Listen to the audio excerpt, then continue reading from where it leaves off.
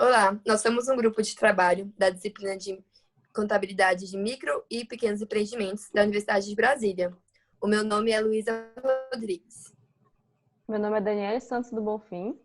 Meu nome é Lucas Leite Gonçalves. Meu nome é Maria Eduarda Kanzler Caselli. E nós vamos analisar o negócio, o brechó delas.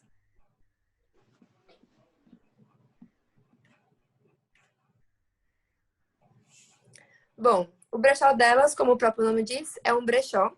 Atualmente ele é informal. E ele começou em 24 de novembro de 2019, esse mês completa o ano. Começou em um grupo de WhatsApp com 5 amigas que gostariam de vender as roupas que não estavam usando mais. Começou de uma forma totalmente esporádica e cresceu e se tornou um negócio. Atualmente, apenas uma sócia, porque as demais, todas, na verdade, ainda fazem faculdade e decidiram focar nos estudos, mas hoje em dia há uma sócia. E a forma de venda que o brechó faz é online, por meio do Instagram. E aí embaixo está o arroba do brechó delas, quem quiser seguir, fica à vontade. Em relação ao método de vendas do brechó. Bom, o negócio principal é realmente a venda de roupas usadas. É o principal. Mas também há a venda de roupas novas, esporadicamente. Bom, a venda é feita principalmente, na verdade, por consignação. E o que é a consignação? Vou explicar de uma forma bem simples. É como se eu emprestasse a minha roupa para uma empresa para que ela possa vender e fazer todo o marketing e me dar a minha parte da roupa, da venda da roupa, enfim. Essa consignação é feita através de um contrato em que o brechó delas formaliza, tem todas as cláusulas do prazo do contrato, de promoção, enfim. É feito dessa forma, é tudo legalizado. E o Instagram delas, eu vou mostrar para vocês, é bem criativo, elas investem bastante em relação ao marketing. Como vocês podem ver aí, tem os Stranger Things, tem Divertidamente. As roupas giram em torno dessa criatividade realmente, né? E são, como eu disse, é feito pelo Instagram. E com um preço ótimo, o brechó delas é baseado no consumo consciente. Por isso mesmo que a logo do brechó, as cores que eles usam, a cor verde, utilizam o cacto, realmente para representar essa moda consciente. Moda atemporal, porque é um brechó, então roupas de diversas modas ainda são vendidas. E, assim, o slogan, o lema do brechó delas é gastar, consumir, acumular e estar fora da moda. A tendência é garimpar, comprar o que foi usado, renovar as peças antigas. Para coletar informações sobre a empresa, a gente passou na parte de metodologia, primeiramente, um questionário. Então, pelo questionário, a gente pôde verificar os dados do gestor para a empresa. Então, dados como os custos, as receitas, que daria base para o nosso trabalho. Depois de coletar esses dados, e também dados importantes como sazonalidade, a gente vai fazer um cálculo, né, sobre estimativas de receitas, de despesas, o preço de venda e uma margem de contribuição da empresa. Após, a gente vai fazer uma análise comparativa da formalidade e da informalidade. Com essa coleta dos dados, a gente percebeu uma média mensal de recebimento de R$ 680. Então, esse recebimento é dos meses passados. Então, sem considerar os meses futuros, que vai dar uma média maior, mas a gente vai falar um pouco melhor na frente. E essa sazonalidade da empresa nos geram um menor faturamento em abril e maio e um maior faturamento em julho e agosto. E isso a gente pode perceber que muito por conta da pandemia e do afastamento social. Então, em abril e maio foi quando foi instaurado mesmo o afastamento, principalmente no DF, né? E julho e agosto a gente percebe que já foi medidas para realmente se readaptar e voltar à normalidade. Nessa tabela, a gente deixou mais explícito os valores exatos de cada mês. Então, aqui a gente pode ver que julho e agosto teve um faturamento maior e abril e março um faturamento menor. Então, para deixar ainda mais claro, A gente fez um gráfico também, que demonstra essa medida de aumento em julho e agosto e essa redução em março e abril. Então, você pode perceber que em março ele já tinha uma redução e muito por conta da pandemia reduziu mais ainda, chegando aí ao menor faturamento da empresa. A gente também colocou uma linha que representa mais ou menos quando que é a tendência da empresa. Então, a gente deixou certinho isso para demonstrar que mesmo com a pandemia, mesmo com essa redução significativa em abril, a tendência da empresa é crescer realmente o faturamento. Além disso, nós coletamos dados como custos fixos e custos variáveis. Os custos fixos que nós alocamos foram as impressões, porque as impressões da empresa são impressões do contrato da consignação. Então, esses contratos eles são feitos valor fixo por conta de serem contratos fixos. Então, a gente alocou nessa parte justamente porque é feita uma gestão de quantos contratos vão fazer e quantas impressões serão feitas. O carimbo e a tinta, a gente colocou como um custo fixo extraordinário, porque ele é feito uma vez no ano. Então, como o carimbo, uma vez comprado, e a tinta, uma vez comprada, ela já serve para todos os meses, eles só realmente compram uma vez no ano. Por isso que a gente colocou como custo fixo extraordinário. O custo variável, a gente considerou a comissão para consignante, que eu vou falar mais à frente sobre a porcentagem aplicada, a compra da sacola e a fita para sacola também, justamente porque depende da venda. Então, toda venda ela tem uma sacola e uma fita. Então, a partir de vendas aumentando, aumenta esse custo. Por isso que ele é bem independente das vendas. Aqui eu deixei mais explícitos os valores. Então, como custo fixo, tem R$ 4,00 de impressão e o carimbo e a tinta como custo fixo extraordinário, o carimbo de R$ 30,00 e a tinta de R$ 17,00. As despesas fixas totais do ano geram R$ 129,00 e as mensais de R$ 10,75. Além disso, ainda tem uma retirada da sócia de mais ou menos 10% do lucro apurado. E como custo variável, a gente colocou o da consignação, que é de 50% para consignante, e a sacola de 0,80 centavos por venda, e fitas e enfeite da embalagem de 0,30 por venda, o que gera um custo variável médio por venda de R$ 31,10. Bom, agora que a gente já conhece um pouco mais da empresa, que inclusive eu achei super interessante o modelo de negócios dela, porque a gente parte de uma perspectiva da venda por consignação, que a empresa não necessariamente tem que arcar com um grande volume financeiro, enfim, um recurso grande para estoque. Então, a gente passou para fazer uma análise mais interna relacionada a como esse modelo se dá atualmente. E o primeiro ponto que a gente analisou para dar continuidade ao trabalho, enfim, basear toda a nossa fundamentação sobre a comparação entre formalidade e informalidade, foi a questão do preço de venda. Para isso, a gente utilizou uma metodologia chamada markup. Não é a única metodologia existente, mas é uma metodologia que reflete bem qual seria o menor preço para aquele tipo de produto.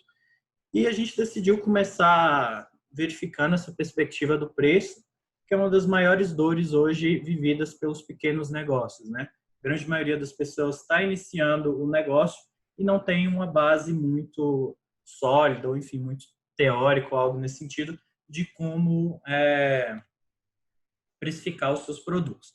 E para isso a gente veio analisando o preço. Inicialmente a gente utilizou o markup, que leva em consideração as despesas fixas, as despesas variáveis e a margem de lucro. E a partir daí a gente chega no índice markup e dividindo no caso, né, o custo unitário pelo markup, a gente chega num preço de venda mínimo estimado.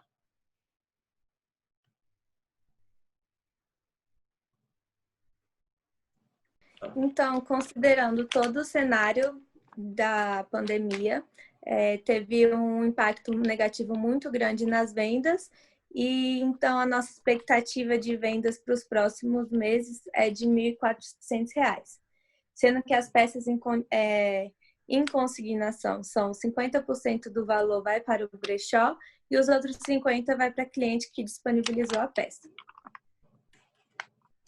Perfeito. Dando continuidade a essa análise do preço, agora já levando em consideração que partimos da expectativa que vai ocorrer um aumento de vendas, tendo em vista a questão da pandemia, uma demanda maior nesse final de ano, enfim, a questão da sazonalidade, perdão, nós seguimos ao seguinte cálculo com base na metodologia marcada. Aqui eu queria fazer um destaque também para a relação para o custo, na verdade, de comissão de consignante, que é um custo que a Dani falou anteriormente, que ele gira em torno de 50%.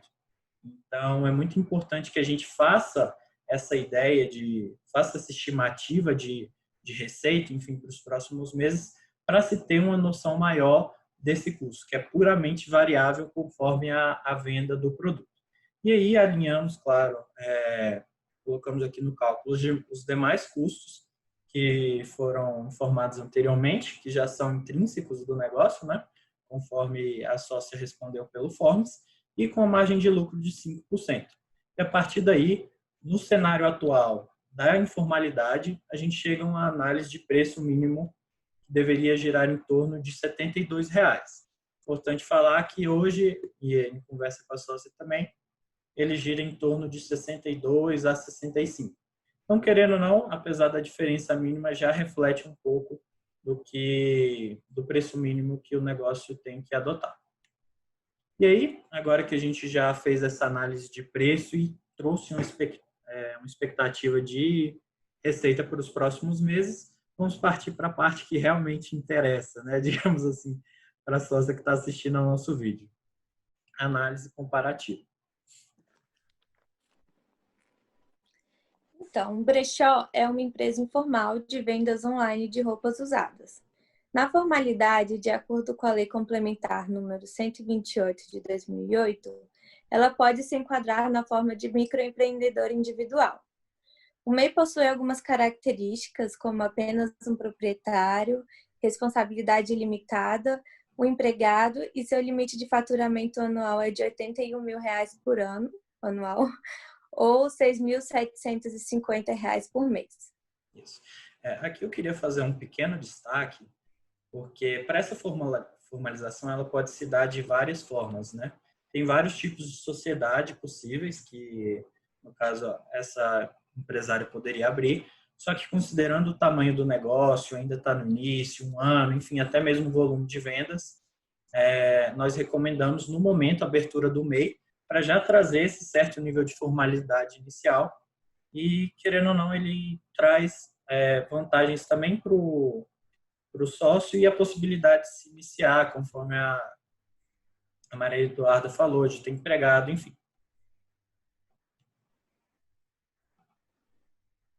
Se o brechó fosse MEI, uma de suas obrigações seria pagar mensalmente os tributos que correspondem a R$ 53,25, sendo que desse valor R$ 1 é de ICMS e R$ 52,25 é de INSS. Algumas obrigações que devem ser cumpridas para a manutenção do cadastro são: fazer um relatório mensal das receitas, fazer declaração anual do Simples Nacional, que é a declaração anual do valor faturado no ano anterior, feita até o dia 31 de maio de cada ano, a emissão da nota fiscal e a prestação de informações de seus empregados. O MEI só pode contratar um empregado e, no caso de contratação, ele deve reter e recolher a contribuição previdenciária relativa ao segurado a seu serviço na forma da lei. Além das obrigações, o MEI possui muitos benefícios, como o auxílio maternidade, auxílio doença e aposentadoria, além de estar enquadrado no Simples Nacional e ficar isento dos tributos federais. Aqui eu queria ressaltar também que eu acho que quando a gente fala em formalização, o maior medo do empresário é exatamente o imposto, né? E como vocês podem ver, não é um valor tão alto assim, em comparação aos benefícios, por mais que tenha algumas obrigações a serem cumpridas, esse valor não chega a ser tão alto. E agora eu vou trazer um pouco para vocês como vocês podem ajustar seu preço para suportar esse valor adicional da formalização. Também trazer uma comparação sobre como ficaria esse mesmo negócio com os dados que a gente apresentou até agora, ele formal e ele informal. Bom, primeiramente, eu trouxe aqui do lado esquerdo a análise anterior, com base na estimativa anterior de 1.400 e os custos de 50%, enfim. E aqui ao lado uma simples adaptação, onde a gente considera agora o Simples Nacional como uma despesa fixa. Afinal, ele não, no caso do MEI em específico, ele não varia conforme o faturamento, é sempre o mesmo valor. Então, aqui a gente pode fazer um leve ajuste no preço para suportar esse custo adicional do Simples. Onde a gente chega nesse resultado final. Antes, o preço mínimo de venda era pelo markup, era de R$ 72,00, aproximadamente. E agora a gente chega a um preço estimado unitário de R$ 76,00. Ou seja, mesmo que você, enfim, tenha receio de vou formalizar, agora vou ter que pagar imposto, né? Eu acho que é a maior medo dos empreendedores. Você pode fazer esse ajuste no preço de vendas e mesmo que, sei lá, às vezes você não faça, claro, dada a realidade do seu negócio, aqui é um negócio bem particular, você pode muito bem seguir compensar isso com o volume de vendas, né? Mas, enfim, só um breve comentário aqui para as pessoas que ainda têm um pouco de receio de formalizar o negócio. Agora vou trazer aqui para vocês. Perdão. Agora, com base em tudo isso que a gente falou, eu vou trazer aqui para vocês o demonstrativo de resultados estimado, com base nessa análise atual e formalizada. Antes de entrar nos pormenores dessa análise, queria deixar registrado aqui que, com a formalização, a gente tem uma expectativa de que se aumente o número de vendas. Por quê? Primeiro, porque o negócio vai ser formalizado, então ele tem uma possibilidade muito maior de atrair maiores clientes, enfim, de se divulgar mais e todas essas questões, sem encontrar outros benefícios, como questão de melhores condições de crédito, que podem ser fatores primordiais para impulsionar o negócio. Então, para isso, a gente parte do princípio, para essa análise, a gente está partindo do princípio que as vendas vão aumentar com a formalização em torno de 50%. E a gente vem à análise, conforme está demonstrado aqui na tela. A única diferença de um para outro, assim, nesse caso em específico, é a questão do Simples Nacional, que apesar de ser um custo a mais da formalização, no final das contas, considerando todos esses benefícios e considerando também o aumento de vendas esperado, a gente tem um lucro maior, em torno de 40% maior, no negócio formalizado, que inclusive ele se reverte a uma retirada maior também para a sócia, né? Só retira em caso de lucro. Então, conforme demonstrado aqui, no negócio informal, a gente teria um lucro estimado de R$ 627,00 e agora no negócio formalizado, um lucro de R$ 932,00. Lucas, mas não é certeza que a receita vai aumentar. Sim, infelizmente não é receita, mas acredito que seja uma tendência. E, além disso, tem vários outros benefícios, listei aqui alguns, para se formalizar o negócio. Dentre eles, tem o fato do próprio negócio ser legal, né, que já é um benefício, você não fica correndo risco de, enfim, fiscalizações ou algo nesse sentido, denúncias. Você vai ter um negócio legal e profissionalizado, vai ter acesso a melhores condições de crédito, porque agora você vai ter um CNPJ, você vai poder negociar mais com os bancos. Benefícios previdenciários, porque o INSS está previsto no valor do MEI, uma segurança jurídica, que você vai ter seu negócio formalizado, vai poder emitir nota, enfim. E, além disso, a gente tem um fator ainda que pode ser muito fundamental para o crescimento do negócio, que é a possibilidade de contratação do empregado. Enfim, uma pessoa a mais para te ajudar nisso, e vai ser o que a gente vai abordar agora. Como ficaria toda essa análise considerando a contratação de um empregado? Então, o MEI pode ter apenas um empregado. e para isso ele terá um custo de aproximadamente 11% do valor total da folha de salário, que pode ser no mínimo de um salário mínimo ou o piso salarial da categoria profissional. O custo de 11% corresponde a 3% de INSS e 8% de FGTS. E aqui eu queria fazer um destaque também, antes da gente passar para a análise comparativa, que é a vantagem do MEI contratar um empregado, né? Normalmente, em empresas normais, nas empresas do Simples, o INSS patronal está previsto dentro da guia, mas, enfim, tem que ser pago a mais. Empresas de outros, enfim, lucro presumido e tal, o custo do INSS patronal chega a ser de 20%. E aqui a gente percebe claramente um benefício, né, do governo para se contratar um empregado, uma redução nesse custo previdenciário patronal, que aqui no caso é só de 3%.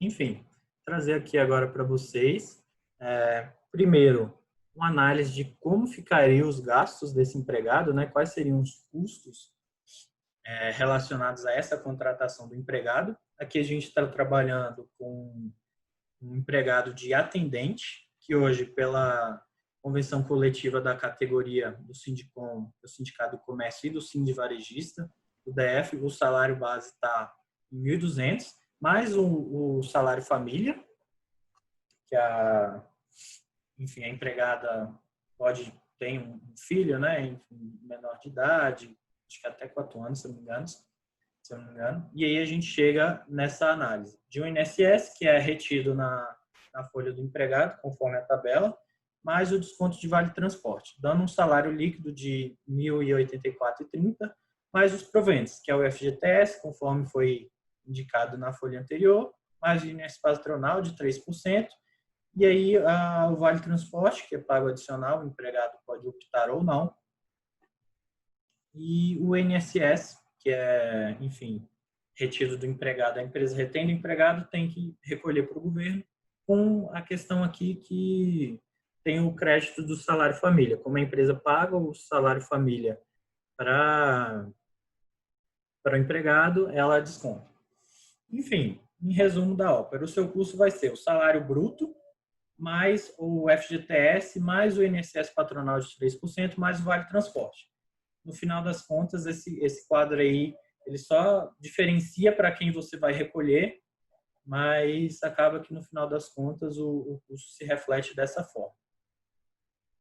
Enfim, dando seguimento, aqui a gente chega à DRE comparativa entre a empresa formalizada e a empresa com empregado.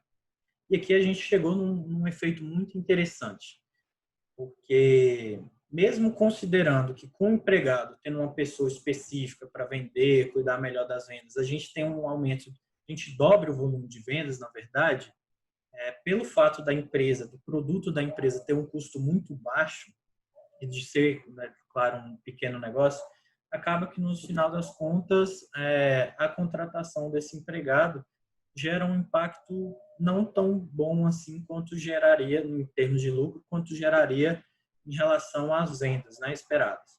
Aqui eu mostrei mais ou menos os cálculos.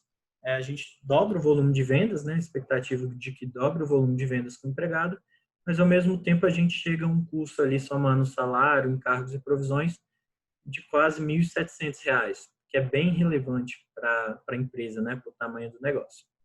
Mas enfim, só para falar claramente aqui, demonstrar claramente com cálculo como ficaria esses custos, o resultado da empresa considerando o empregado. Mas mais para frente a gente vai falar com mais cuidado sobre qual que é a conclusão que a gente tira dessas análises.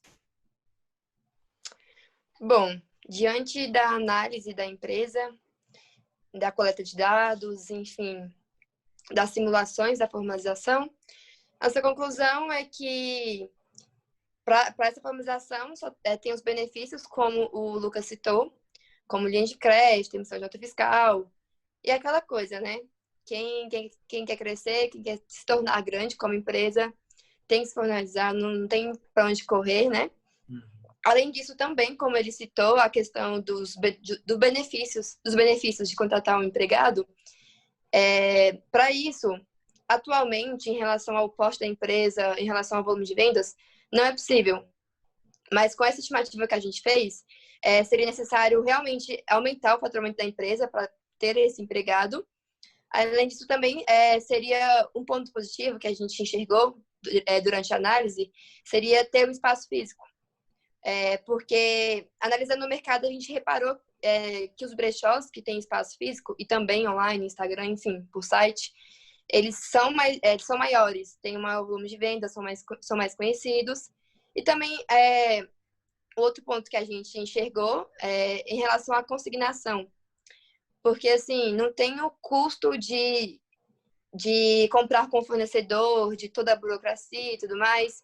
Tem a burocracia, mas é uma burocracia interna que é necessária, que é o contrato. Mas é uma opção super viável em relação aos custos, né? E, assim, por ser um pequeno negócio, como vocês viram, é um negócio de Instagram e tudo mais, a projeção que a gente fez foi essa, né? Em relação à tendência de crescimento da empresa. E é isso, gente, a nossa conclusão do trabalho. Muito obrigada por terem assistido e tchau.